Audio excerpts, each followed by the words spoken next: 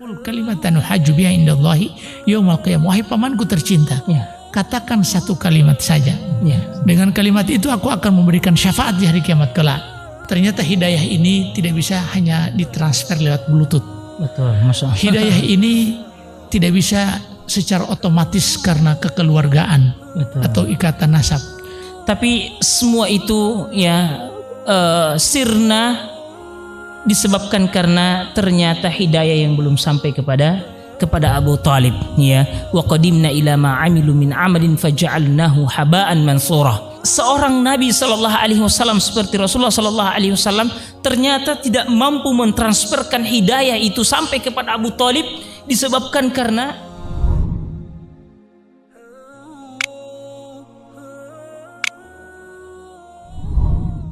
saat kematian, detik-detik terakhir kematian Abu Talib, karena kecintaan Rasulullah kepada orang yang sangat mencintai dia dan menjadi benteng yang kokoh untuk menjaga dakwanya, Rasulullah berusaha untuk memberikan hidayah.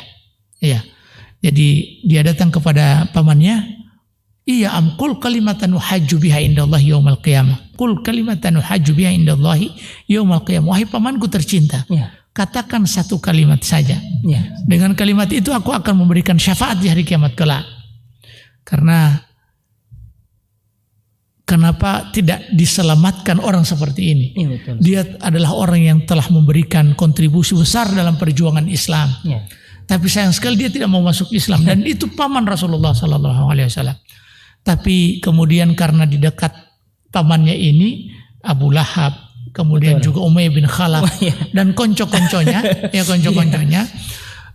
maka dia mengatakan, atau turku millata abaina, apakah engkau mau meninggalkan agama nenek moyang?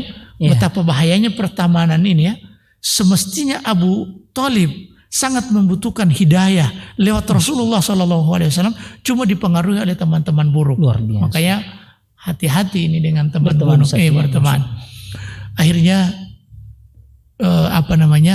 Abu Talib tidak mengucapkan dua kalimat syahadat, dan Allah Subhanahu wa taala berfirman, innaka la tahdi man ahbabta walakinallaha yahdi may yasha. Sesungguhnya engkau tidak bisa memberikan hidayah kepada orang yang engkau cintai. Allah Subhanahu wa taala akan memberikan hidayah kepada siapa yang Dia kehendaki. Ini penting hidayah saat kita bicara tentang hidayah, Ustaz. Ternyata hidayah ini tidak bisa hanya ditransfer lewat Bluetooth. Betul, Masya Allah. Hidayah ini tidak bisa secara otomatis karena kekeluargaan. Betul. Atau ikatan nasab. Hidayah ini tidak secara otomatis ketika didapatkan oleh orang-orang yang simpati dengan dakwah. Betul. Hidayah ini harus diambil, hidayah ini harus dijemput. Iya. Luar biasa. Apakah masih ada yang melebihi dari simpatinya Abu Talib terhadap agama yang dibawa oleh Rasulullah SAW? Betul, Ustaz. Ternyata tidak. Iya. Kadang simpati itu hanya sebatas simpati, tapi ketundukan terhadap aturan itu tidak ada. Juga ini tidak akan banyak bermanfaat. Makanya hidayah itu sangat mahal harganya, dan itu tidak bisa kita ukur dengan apapun. Wa qalu alhamdulillahilladzi hadana li hadza wa ma kunna linahtadiya laula an hadanallah. Bukankah Nabi Nuh anaknya ternyata tidak mau menerima dakwahnya, padahal dia bersama dengan orang yang pembawa hidayah. Ini juga tidak menjadi jaminan. Begitu juga Nabi Ibrahim alaihissalam, Allah uji dengan orang yang terdekatnya, bapaknya. Betul. Iya, padahal bapaknya ini adalah orang yang paling dekat dengan dia, orang yang paling mencintai dia, tapi ternyata kecintaan dan kedekatan serta ikatan nasab itu tidak menjadikan otomatis hidayah ini langsung bisa menempel kepada dirinya. Wallahu ta'ala alam. Iya, Masya Allah. Jadi ada beberapa atau begitu banyak pelajaran yang bisa kita petik dari apa yang Ustadz kita jelaskan kaitannya dengan sosok Abu Talib ini, ya. Sosok Abu Talib, seorang yang begitu banyak jasanya terhadap Islam ini, begitu banyak pertolongannya kepada Nabi Sallallahu Alaihi Wasallam. Ya, bukan cuma pekerjaan kecil menjadi pelindung Nabi Sallallahu Alaihi Wasallam dari keburukan-keburukan yang nanti akan ditimpakan oleh orang-orang kafir kepada baginda sallallahu alaihi wasallam. Tapi semua itu sirna disebabkan karena ternyata hidayah yang belum sampai kepada Abu Talib, ya. Wa qadimna ila ma amilu min amalin faja'alnahu haba'an mansura.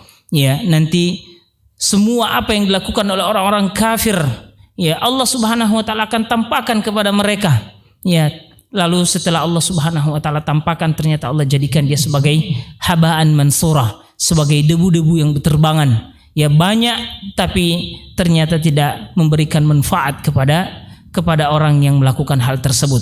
Untuk itu para pemirsa yang dirahmati Allah Subhanahu wa taala, sebagaimana yang Ustaz katakan tadi bahwa hidayah ini perlu untuk kita jaga, perlu untuk kita jemput hidayah ini, ya. Karena dia tidak akan datang hanya karena persoalan, ya, hanya disebabkan karena nasab seseorang, ya, karena dia adalah bapak saya, maka pasti, ya, saya akan ikut dengannya. Ya, tidak, ternyata begitu banyak contoh-contoh orang yang anak dan bapak berbeda, ya, keimanannya. Bapaknya mungkin beriman, anaknya kafir, dan ada yang anaknya kafir, anaknya beriman tapi bapaknya kafir.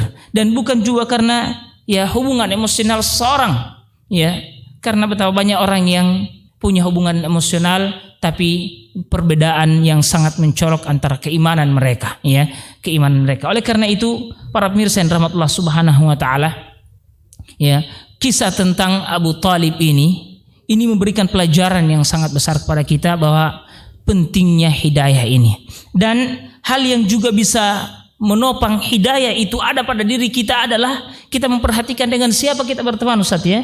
Kita berteman. Coba bayangkan, ya, seorang Nabi sallallahu alaihi wasallam seperti Rasulullah sallallahu alaihi wasallam ternyata tidak mampu mentransferkan hidayah itu sampai kepada Abu Talib disebabkan karena, ya, ada teman-teman Abu Talib atau ada, ya, keluarga-keluarga Abu Talib yang di sampingnya. Ketika Rasulullah sallallahu alaihi wasallam mengatakan kul la ilaha illallah, katakan la ilaha illallah, ya, satu kalimat yang aku bisa menjadi hujjah di hadapan Allah Subhanahu wa taala untukmu dengan kalimat tersebut.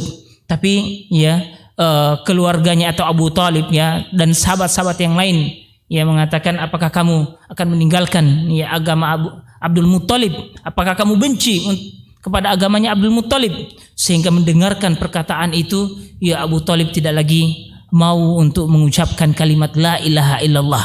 Ya, ini makanya bahaya pertemanan, ya, bahaya berteman dengan orang-orang yang tidak beriman atau orang-orang yang salah, karena, ya, ya, agama seseorang, yaitu dilihat dari agama temannya. Maka falyanzur ahadukum, ya, biman yukhalil, hendaklah setiap kita melihat dengan siapa kita berteman.